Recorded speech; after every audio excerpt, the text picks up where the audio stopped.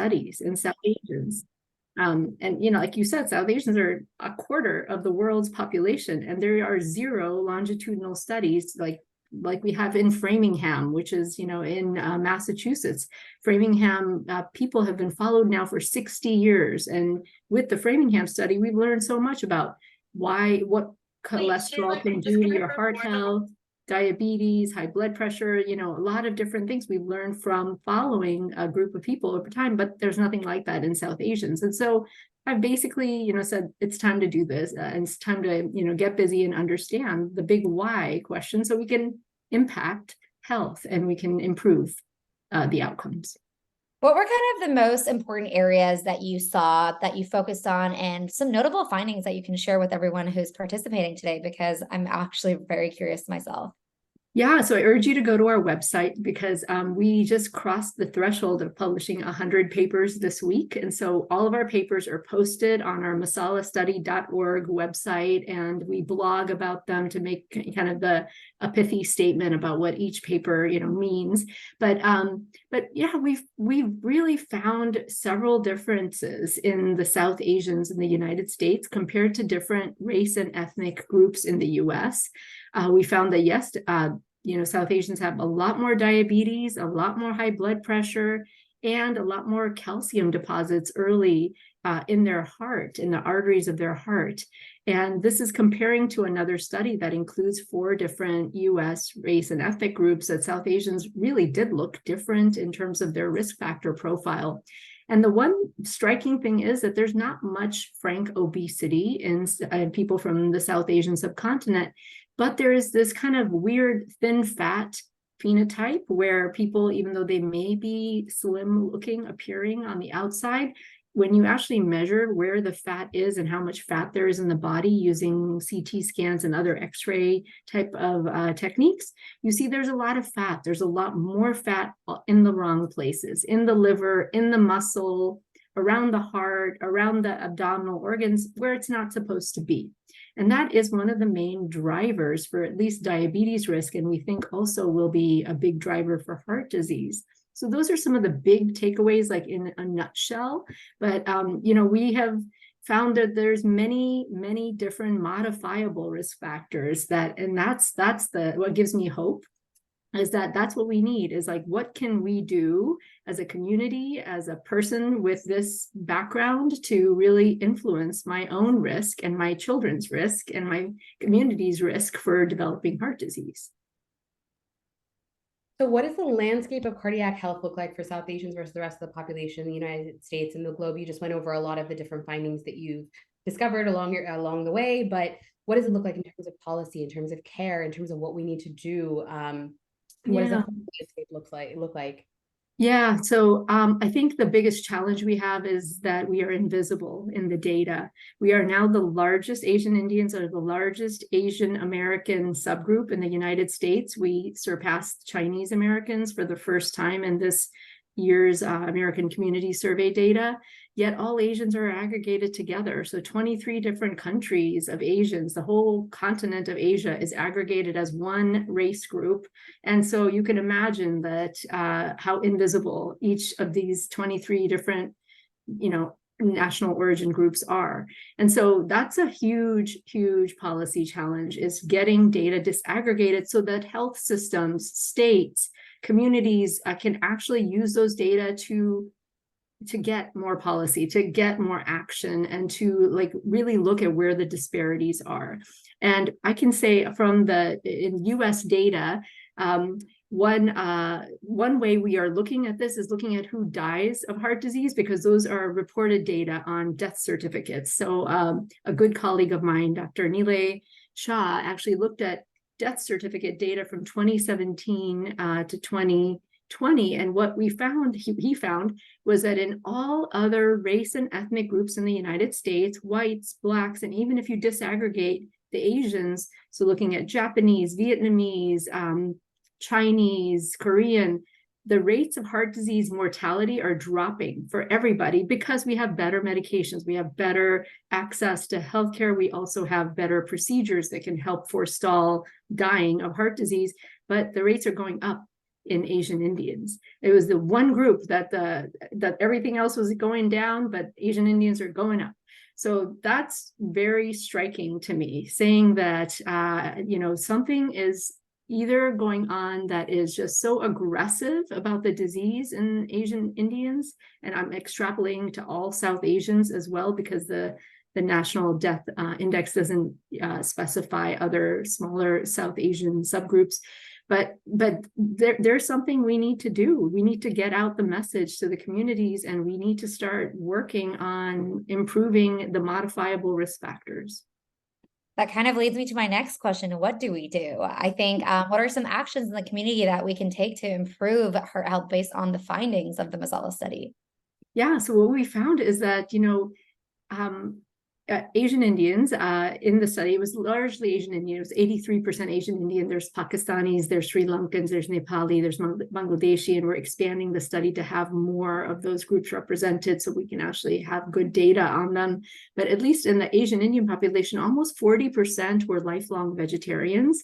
This is true for many people who come from, India, that they, at least first generation immigrants, are vegetarian. Things may change in the second generation and the third generation. And you would think that being vegetarian is also like good, it's healthy, it's heart healthy, right? Because you don't have all the saturated fat from red meat and everything else. But what we found was there's a big variety of vegetarianism, right? And that when we looked at people who were eating a healthy plant-based diet, that's less in sugar and in processed foods and grains and less starchy vegetables, so the people eating the healthier plant-based diet were less likely to develop diabetes, and they did better from a health standpoint in our study. So it's not about being just vegetarian, it's about choosing healthy plant-based foods, no matter if you eat meat or not. And that is a really powerful message, is just because you're a vegetarian, you don't get a checkbox, right? You gotta think a little bit more about what exactly are you eating and how is it cooked? Is it prepared in a lot of oil? Is that oil reused? There's so many little things that we need to really kind of do a deeper dive on. And then what we found was, the other modifiable things are physical activity, stress reduction. Some types of stress reduction activities come from the Indian subcontinent. Yoga, meditation, they started in those cultures, and now it's become kind of pedestrian. You see yoga everywhere, and people wearing their tight yoga pants going to yoga classes. But our communities need to be doing these things that have been developed from the customs, and people who are more physically active, even if they're doing yoga or other types of centering activities, did better. They had lower levels of stress and lower levels of the atherosclerosis, the early parts of changes in the arteries that lead to heart attack. The other thing I would say is the two important things we've learned is you have to be able to advocate for yourself with your physicians. Not all physicians in this country or around the world are familiar with South Asians having higher risk. So you need to educate your physician potentially about this. And we're trying to get the message out through, scientific meetings and papers and giving conferences and all, but there's nothing like the community also doing that work and educating the people who take care of them. If you have a high risk family, because people have had heart disease at a younger age, you need to ask for certain advanced tests that aren't done in all people. And these are important to do as a South Asian. And that is an Lp(a), which is lipoprotein(a). It's a genetically formed lipoprotein that is very high in the average South Asian. And that may be one of the culprits for more heart disease. And so that's something where we're really helping people to advocate to get this test. It's a once in a lifetime test. It's a blood test. It's easy to do. It's covered by most insurance companies. Physicians are not ordering it. There was a study that just came out last week that showed that across California, only 2% of patients have ever had an Lp(a) test done. And it's relatively new, so it hasn't caught on yet. So I think that's one thing. The second thing is this coronary calcium test, which is a CT scan of the heart, can look at if the arteries of the heart already have plaque, if they already have hardening. And that is a test that is non-invasive. It's covered by most insurance companies, and it's something that adds more information than just checking your blood pressure or checking your cholesterol or checking your diabetes tests. So those are the two extra tests that we want people to start advocating for themselves to get with their physicians. If you go to our website, we have infographics kind of simplifying all of this information, just to something you can even take to your doctor's office, say, this is what I found, this is what is recommended. I have a high risk family, or I come from a background that is high risk, and I'd like to have these tests done. I can testify to the calcium test. My dad had one done, and it actually gave us such peace of mind. Not necessarily that he's completely eliminating the risk of any kind of cardiac event, but just the fact that you have one more data point into what cardiac health might look like. And that was so helpful across the board. It was really helpful to me and my brother just to feel a little bit more at ease. So I highly encourage anyone who's listening to encourage their own families to do the same thing.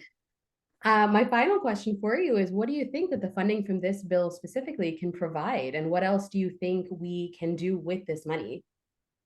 Yeah, I think that this bill is fantastic. I want to thank Representative Jayapal, who I see here, for sponsoring it 3 times in a row, and this is going to be the winning time. I think this is an awareness bill. I think this is a public health awareness bill. This is the bill that I hope will mean that we get resources to communities to actually start disseminating the work, the evidence that we have now been building to know that the few things I mentioned, the tests that should be done, the plant-based diets, the healthy plant-based diets, the stress reduction, exercise, these messages, you think they're very simple to disseminate, they're actually quite difficult. And so having, health centers, other community organizations really work together statewide, nationwide, to get these messages across to the communities where they live, where they work, where they play. That is what I think this money should do, is really go into the hands of the community organizations that touch people of South Asian descent. I think it would be great to have this spark other agencies across the federal government and state government to start funding more research that is disaggregated among South Asians and other Asian groups as well. But it's a limited amount of funding, so I don't expect a lot to go to research. I expect this to go to the community. Well, thank you so much for being with us today, Dr. Kanaya. We really appreciate your time. The Masala study has been so pivotal for so much forward movement in the approaches to South Asian health across the board. And now to have your insights, to learn all of this, to know what we can take forward as tools, but also know what we're fighting for is immense. So thank you so much for spending your time with us tonight. Thank you. It was a privilege to be here. And to introduce Representative Pramila Jayapal, we would like to introduce Neil Makija, the president of Indian American Impact. Hi, thank you so much, Annika. Thank you, Desi Spark and ASANA Voices for being with us today. And of course, Doctor, great to see you, and just so thankful for all of the work that you've done leading on this issue for all of us. It is an absolute pleasure to introduce a friend, an inspiration in so many ways, Representative Pramila Jayapal, who is the first South Asian woman ever to be elected to the United States Congress in our nation's history.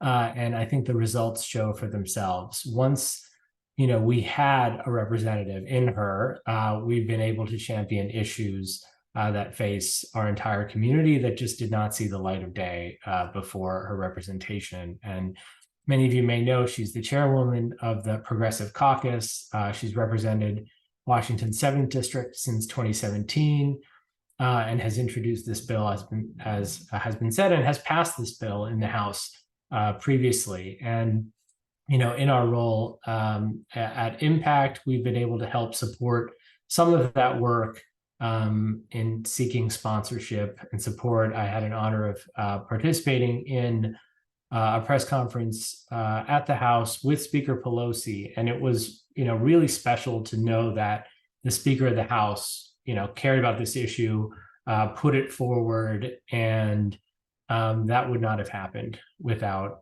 Representative Jayapal's leadership on this. So just want to thank you. And just on a personal note, on the importance of the issue. I just want to say, I said at the press conference, I lost, two of my uncles, very young ages. One was 36 and I'm just 37 now, due to heart disease. And I actually last year, got the blood tests and a number of other things and found out that I had risk factors and, certain things that I was needing to change. And an example of how hard it is, I started changing the way I eat and, changing my exercise habits and all the things that my physician recommended.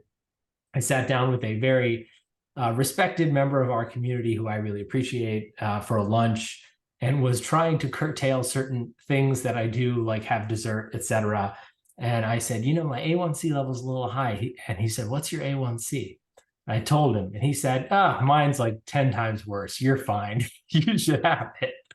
And then, of course, I, slipped a little bit on what I was supposed to be doing and what the doctor recommended. So I say that because no matter how much we know on the facts, actually responding and changing our habits and culture is a much deeper issue. So even what we might know as individuals, it's not enough, and it's not a substitute for changing the culture and the way that we think about our own health collectively, because we'll be influenced by family members and others that we interact with. So we really have to approach this not just from an individual standpoint, but collectively investing in public health the way that the bill does in attributing those funds and such. So there's only so much we can do as individuals, but collectively, if we really come together to support leaders like Pramila Jayapal in advocating for policy that affects us all, I think we can really make a difference. So welcome and thank you, Representative, for being such a tremendous leader and inspiration for all of us. Thank you so much, Neil. It's so good to see you. And Dr. Kanaya, thank you. American Indian Impact has been so fantastic on advocating for this bill. Neil, you've been such a champion of it. And you've also been a champion of helping our community to think about what policy objectives we have, right, in legislation, and how do we really engage ourselves in the issues that affect our communities. And so I want to thank you, Neil, for that beautiful introduction. Also, just thank you, ASANA Voices and That Desi Spark, for putting this on. I just love seeing the numbers continue to go up here. And I think this is the beginning of a really beautiful kernel of doing this work across our community. Well, we're so excited to have you. Thank you so much for spending your night with us, especially given how much chaos has been going on in the last 24 hours on your end. So I imagine it's been busy, and we're really, really appreciative for your time.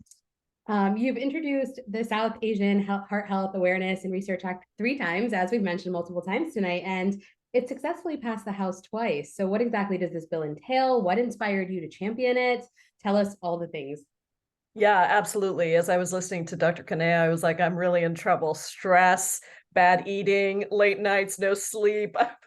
Dr. Kanaya, I think I need a personal coach here. I think, I'll start with what inspired it, because I think it's really important. I had in my first term, my deputy chief of staff and legislative director was a wonderful man named Ven Narala. And I know Ven doesn't mind me telling this story. I've asked him and he's approved me to tell it.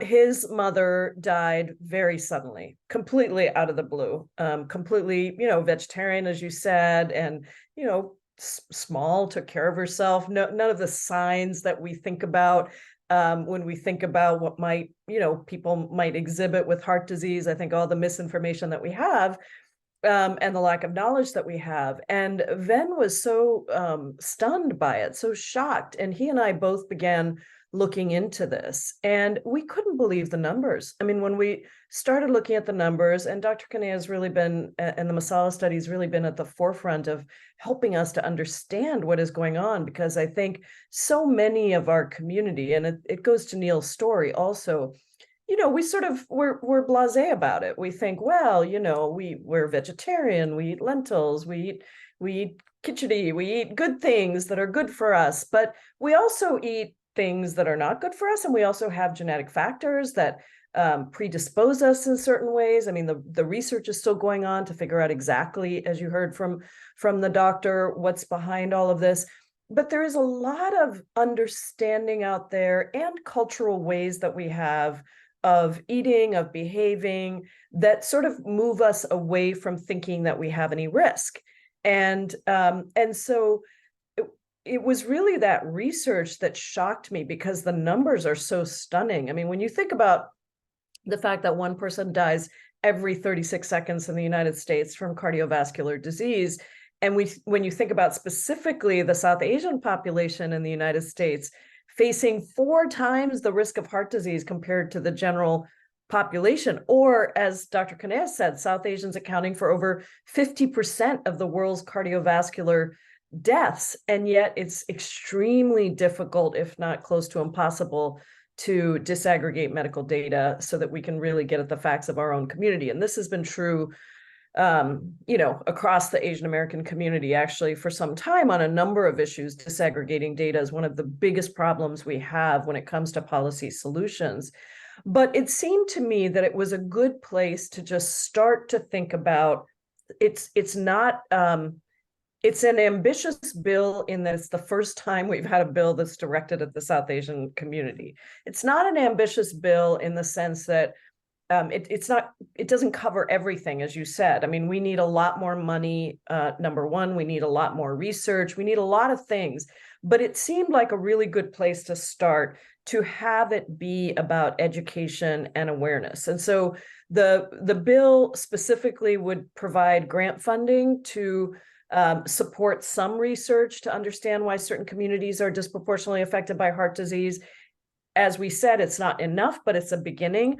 It would increase patient awareness through community groups and through educational materials that are specifically designed for different groups that have that higher risk. And we think it would potentially lead to discovery of new life-saving therapeutics for all patients, not just for South Asian Americans. And one of the challenges, and we can talk about this a little more, is that a lot of the funding is not supposed to be, strangely enough, devoted specifically to one community. And so we do have to frame this in the context of the larger problems of cardiovascular disease and communities broadly that suffer higher proportions of cardiovascular disease. But the South Asian American community is squarely in that circle, if you will. And so that is how we've kind of chosen to address it. President Biden has also publicly announced his administration's strong support for the legislation.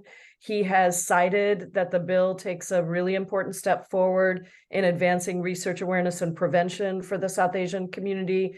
And when I asked Speaker Pelosi to move this bill forward, and she was a great partner for us in moving it forward in 2 Congresses, both Congresses when Democrats were in control, I was able to get the bill passed in the House. The second time it actually moved on its own. The first time it moved as part of a package. The second time we had a vote specifically on this bill. And Neil mentioned the press conference that the speaker came to. And when I was telling her about it, she just kept shaking her head and saying, really? 4 times, 50%, South Asian Americans, but you all are so healthy. She continued to say some of the things that I myself thought about our community. And so I think it just, again, shows how important it is that we educate people about heart disease in our community, about prevention, and about all the ways that you can start to find your risk factors with the Lp(a) test, with the coronary calcium test. These are all resources that, frankly, a lot of our community just doesn't know about. It sounds like we're kind of heading in the right direction, but I wanted to know if there's any anticipated resistance with this bill getting passed and everything. What can people who are listening today and our community do at large to change the outcome? This is my favorite question because I'm an organizer and I need you. I really need you. This does not happen in a vacuum. And so, yes, we have been able to make significant strides in moving it forward. Last year, when it passed the House as a separate bill, it actually received 18 Republican votes. So that's really good in a very, very partisan environment. And particularly when you're talking about anything that has to do with communities of color these days, it's been challenging sometimes, but we have made really good progress on it. I reintroduced the legislation in July of this year. The bill is now with the Energy and Commerce Committee. And the thing that is really important, the challenge we ran into was the Senate. To get the bill brought up in the Senate has been a challenge. Obviously, bills in the Senate require 60 votes. For those of you who don't know, we have something called the filibuster in the Senate. It's a structural barrier to passing things that pass with a simple majority in the House. And basically the way it works is it's actually a relic of the Jim Crow era. And it essentially says that 40 senators can block any piece of legislation. And the 40 senators that typically block these pieces of legislation represent about 11% of the population of the country.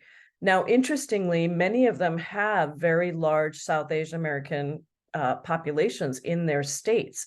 So I feel like we have some real opportunity here as an organizer to really organize in those communities and to continue to build the support that we need. And so what I'm asking everyone here to do is, first of all, to check, and I think my staff is going to drop in, or maybe you can drop in the link so that people can look at whether their representative, their member of Congress, has sponsored the bill, because the first step in a piece of legislation is you introduce it, obviously, and then you get co-sponsors.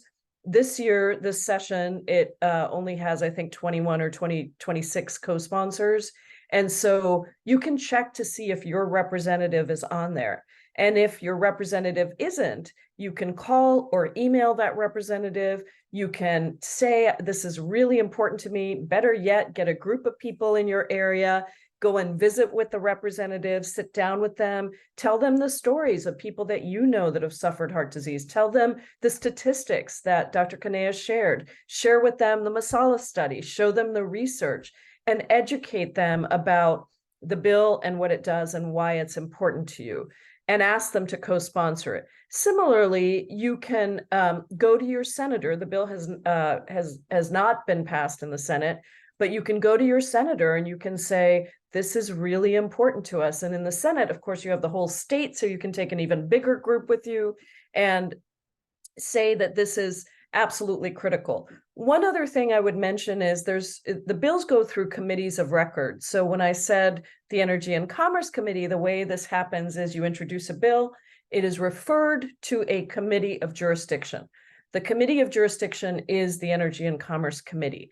And you can go on any US House of Representatives website and you can look up all the members of the Energy and Commerce Committee. And then you can think about, where do we know somebody? Because, Indians know everybody everywhere. We've got to know somebody in some of these states.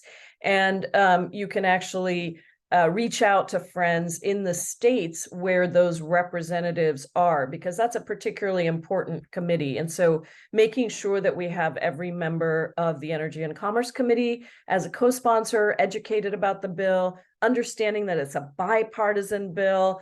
My co-lead is Representative Joe Wilson from South Carolina, and he's been, really strong on this issue. So we've got bipartisan support, and I think that's really what we need to do. Last thing I'll say on this is the other thing you can do is exactly what you're doing right now. Do more of these, get more people engaged, bring more people into the discussion, and make sure that we're encouraging our community to really stand up for ourselves, to show ourselves in terms of what we need for our communities, what we can advocate for together. And when we pass this bill, I promise you, we will have a heck of a celebration, hopefully at the White House, with the president signing this into law, and it will help people to feel like they're part of our democracy. So it's even bigger than anything individual. It's bigger than just us as a South Asian community. It is how democracy works in America. So before I jump to my next question, I'd love to know what the timeline of this looks like and how much time we have to work with to be able to mobilize efforts. Well, the sooner the better, but you can, I mean, a bill can be passed anytime through the session. So our legislative session in the House, our term in the House for the 118th Congress goes through the end of next year. It gets very difficult the later you go. Sometimes, you do have opportunities if you're in control of the House or the Senate to throw a bill into a must-pass piece of legislation. And so there are lots of ways to do it, but the sooner the better, the more sponsors we can get, and then we can think about organizing another press conference perhaps, and trying to do some advocacy in the Capitol. But it would be good to get more support from legislators on the bill, and there lots of ways we can think about doing that, but educating our community is most important. Once the term passes, then I have to introduce a bill all over again. So it sort of stops with the end of 2 years. And so our goal is to try and get this bill actually passed in this Congress, not just through the House, but through the Senate. So what are the implications of this bill for the future? What can it open doorways to, particularly with our community and with other marginalized communities as well? Well, I think that it's incredible momentum for us to have new insights into the cardiovascular system, into healthcare for the South Asian community, into saving lives. I mean, that's really what the bill is about. It's about saving lives. And I don't think we can understate this enough. When you listen to the numbers, when you look at the Masala study, when you look at all the research that's out there, when you hear the stories, from Neil lost 2 uncles, I think you said, Neil, Vin lost his mother. I think we can go through and find those stories. And by the way, the stories are so powerful because in a lot of cases, they amplify the disconnect between what we think of when we think of somebody who has heart disease or somebody who has risk or which community has risk, and then what actually happened, right? And so that's the gap we're trying to close, is to help people understand that, yes, we are at very high risk as South Asian Americans. And so I think the implications of this bill are just that it's the beginning, but it's a major step forward in getting money, getting attention, getting research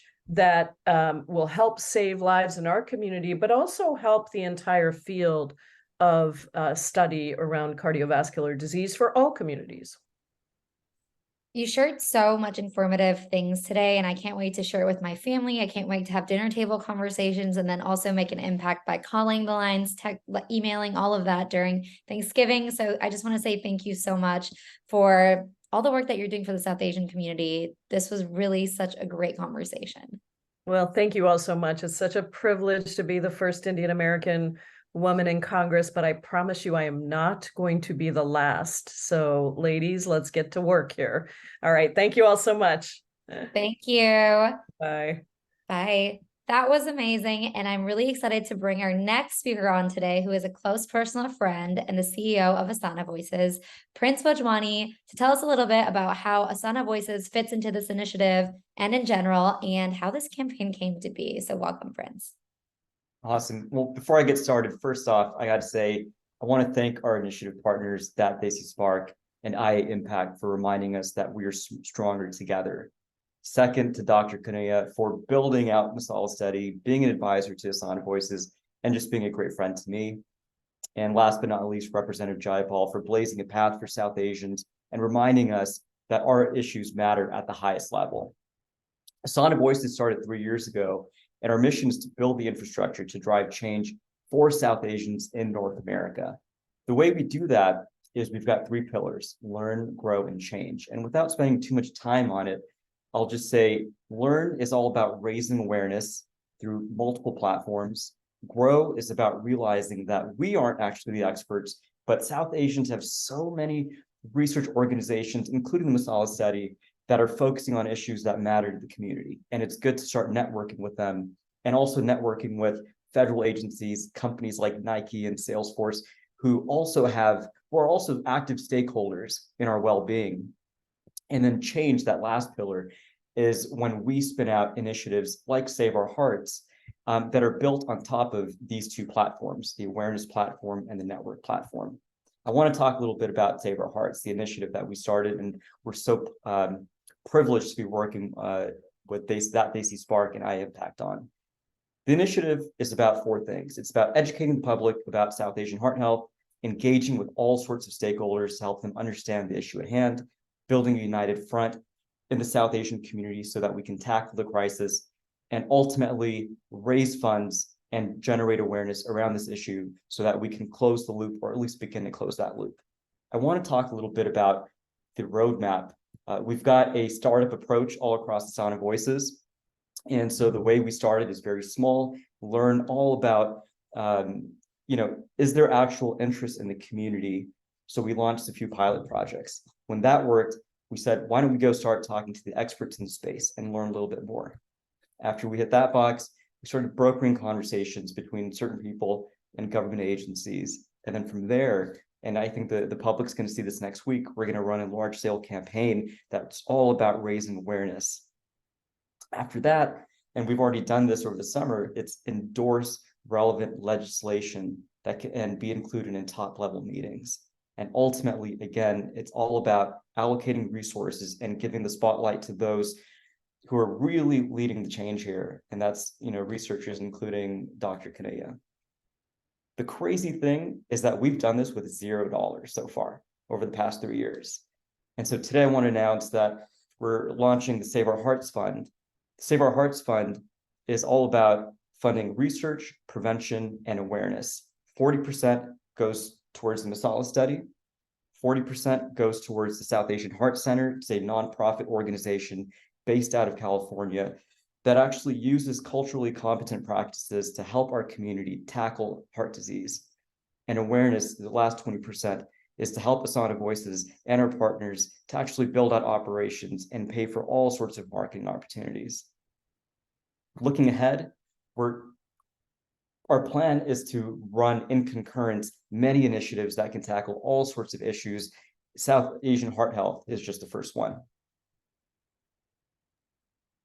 Prince, we're so proud of you. Your ASANA Voices as a whole has been doing so much good work. So if you haven't followed them already, I would highly encourage it, because a lot of your causes, even outside of this one, are absolutely amazing for our community. And it's really exciting to see you grow. So thank you so much for sharing and for partnering with us on this and pulling us in. And we now have Sarah Shah from Indian American Impact to speak about this partnership, the landscape of South Asians in government, more about Indian American Impact. And after that, we'll take some questions from the audience. Great. Thanks so much, Annika. And also want to echo the thanks from Prince to That Desi Spark for hosting this podcast, for raising awareness on these critical issues. Dr. Kanaya, I've heard you speak a few times, and every time I learn something new. So thank you for being a pioneer in this space. We were talking earlier, and I didn't personally, until I started working at Impact, know that this was a uniquely South Asian phenomena. Even though I have, very personally been impacted by this with losing very close family members. And of course, Representative Jayapal for really leading the way in Congress. We are here to support in any way we can. So Indian American Impact, for those unfamiliar, is an organization dedicated to elevating the voices of South Asian Americans and increasing representation at all levels of government. And so, Representative Jayapal was a perfect segue. We didn't even script it or anything, but talked about how we can move this bill forward, because we are very determined with all of your help to not just get it passed in the House, but the US Senate as well. And it's going to take all of us coming together this session. So, if not 2023, then certainly 2024 before the term is up. And to help you all, make an effective case with your representatives, we have put together a website that we'll share in a follow-up email, as well as all of the fantastic links and resources in the chat. But I will also just quickly share my screen. So if you go to iaimpact./heart or /heart health, you'll see a lot of the links that were already in the chat and resources. So first, encourage your friends and family to sign up for our advocacy efforts. There are a lot of ways to be involved, as evidenced by this webinar. So, part of it is raising awareness, and we want to make sure you all have the most up-to-date information. You can undertake action. Here's where there are scripts to help you all. So if you want to call your Republican senator or your Democratic senator or your representatives in the US House, right? There are email templates, there are phone templates, there's a social media toolkit, which also want to give a huge shout out to ASANA Voices. I think you will all see a lot of buzz about heart health next week. They've put together and really spearheaded this incredible campaign to raise awareness. And we'll be adding some of their content here as well. And then, there are a lot of articles and resources. So if you're learning, if you want to know how to protect your own heart health and what to share and how to talk about this, you can, visit this. The link to the bill is here. Clips from last year's press conference. The representative mentioned President Biden's statement of support. So all of that is here. And also, again, want to thank our partners for putting all of this together. There's a one-page fact sheet you can also share with your representatives. But again, just want to reiterate, there's a lot we can do as individuals, but it's to get this legislation passed that will have a tremendous impact, not just in our community, but on many other communities, right? The way we frame this is that this is a bill that's going to save lives and broadly benefit the American public. And so please sign up if you haven't already for our efforts. We have state chapters and affiliates, and so we can help get you plugged into those so that you can contact your local representatives with others as well. But thank you again. I'll pass it back to That Desi Spark. Thank you, Sarah. We'd like to open up the floor for any audience questions, so please enter them in the chat box and we will do our best to get to you and direct them to where they need to go. The first question that I saw pop up is actually, Dr. Kanaya, is the risk greater for South Asian women for cardiac health as well as men? And what are their gender differences? I'll do a follow-up and just ask what the gender differences look like.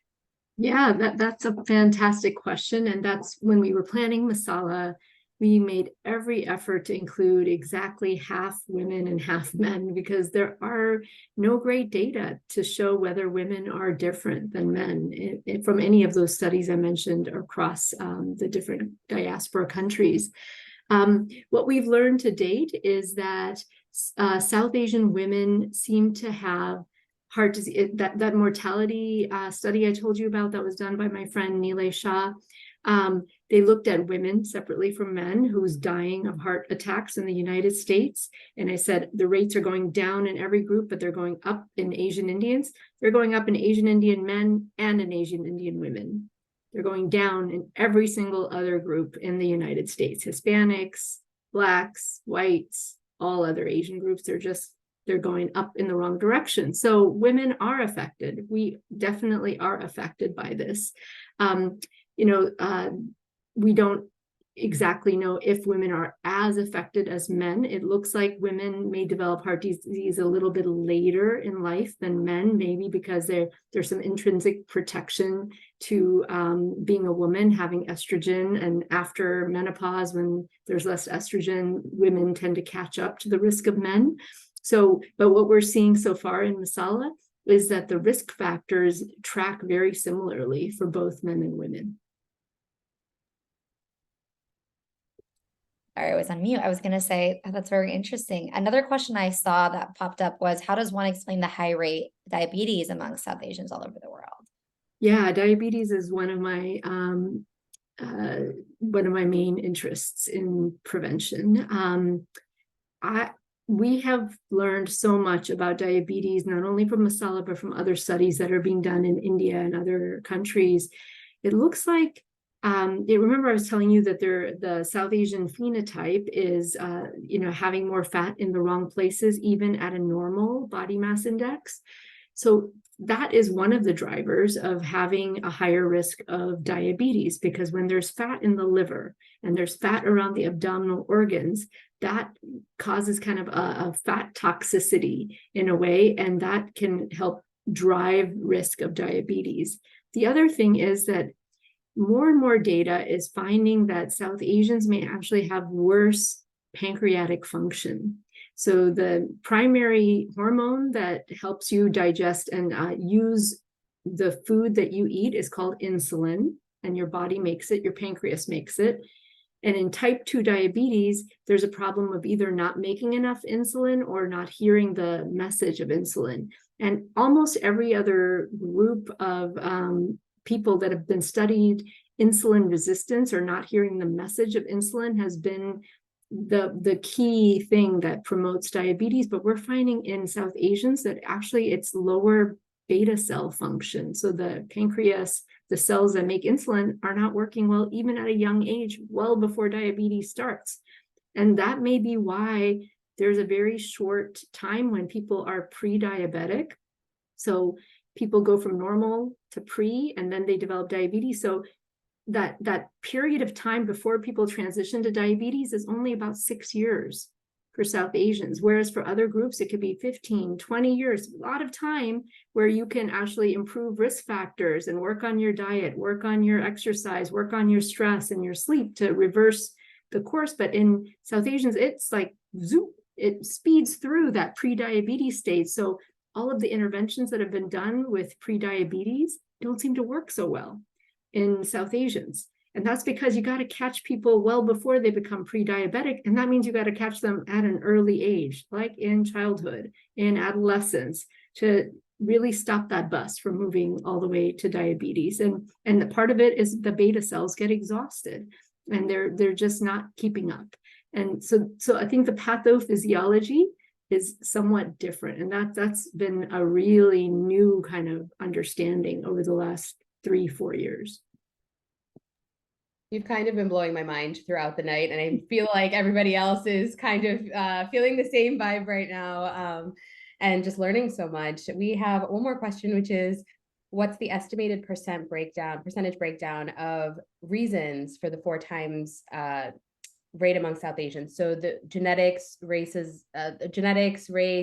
South Asian culture, or other known or unknown causes. What are the percentage breakdowns? Yeah, that's a great question. And that is a question that can only be answered once we have longitudinal data in a lot of people for a lot of years. Masala has been going since 2010. We had 900 people who joined the study in 2010. I see some familiar faces here in the participant list who are actually in the study. So I want to shout out to them because they're the ones who have really done this work. But it's 900 people. Other studies, like I mentioned Framingham, and there's many other longitudinal studies in other groups around the world. There are 5,000, 10,000, 20,000, 50,000, 100,000 people. And when you have more people, you actually can understand, exactly what's going on faster because there's more people and there's more events that happen, and you can look at what caused the event. And by event, I mean heart attacks or strokes. And with 900 people, it just takes a long, long time. So we've only been doing this for about 10 years. We have doubled the number of people. Right now, we're enrolling Bangladeshis and Pakistanis in Chicago and New York. So if you have any friend, family member, age over 40 to 85 in those areas of New York and Chicago, please go to our website and contact us because we are taking in participants of those 2 backgrounds because we need to, have diverse representation in Masala. We have mostly Indians so far. And so we can, using estimates from other studies from the UK, I think genetic cause is probably going to be about 20%. It's going to be small. It's going to be small. It's not everybody says, it's genetic and I can't do anything about that. Most of the genetic reason that we may be having more heart disease is that Lp(a) I talked about, and that is a genetically inherited problem cholesterol, a lipoprotein. And unfortunately, there are no medications that target it. There are several in the pipeline that will probably be approved in the next 5 years that will lower Lp(a). There is no medication now. Statins don't touch it. Nothing else does. So it's about so Lp(a) probably, and genetics in general, maybe 20% at most.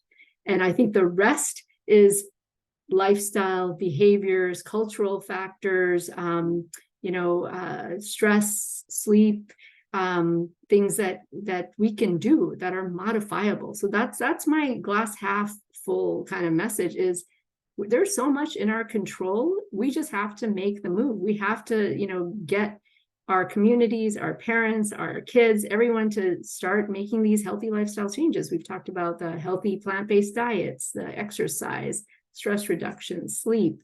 These things are really, really important and will impact even those genetic risks. Is there data on congenital heart defects in South Asians? This is a question that came with the story, much like the ones that Representative Jayapal was talking about, that this person's son had 2 open heart surgeries and never missed a childhood wellness exam, but they didn't know that he had a defect until the day he left for college. So Wow. data. No, that's a really good question. I don't know if there's any increased prevalence of that in South Asians. I'm not an expert in congenital heart disease, so I couldn't answer that question well. I think it runs in families generally. So if there was something, I wonder if it's a familial thing or if it's just a random, thing that happened. I don't think that that's very highly prevalent in South Asians, at least in the literature I've read. It's a really good question to ask someone who is an expert in congenital heart disease. I think we have time for one more that says, what steps do you recommend to combat medical misinformation within the South Asian diaspora around heart health and other? Oh my gosh, yeah. My friends, Drs. Urmimala Sarkar and Arnab Mukherjee did a study on looking at WhatsApp and misinformation on WhatsApp. Oh my God. And I think they found it was something striking, like 60-70% of the stuff that is sent on WhatsApp in these WhatsApp groups that we all belong to, right? Because we all have family members from all over the diaspora, is complete misinformation. And it's very scary that it is taken as fact and it's propagated. And my mom and my dad send me these, these WhatsApp. Oh my God. So what can we do? What can we do? I think it's about trust.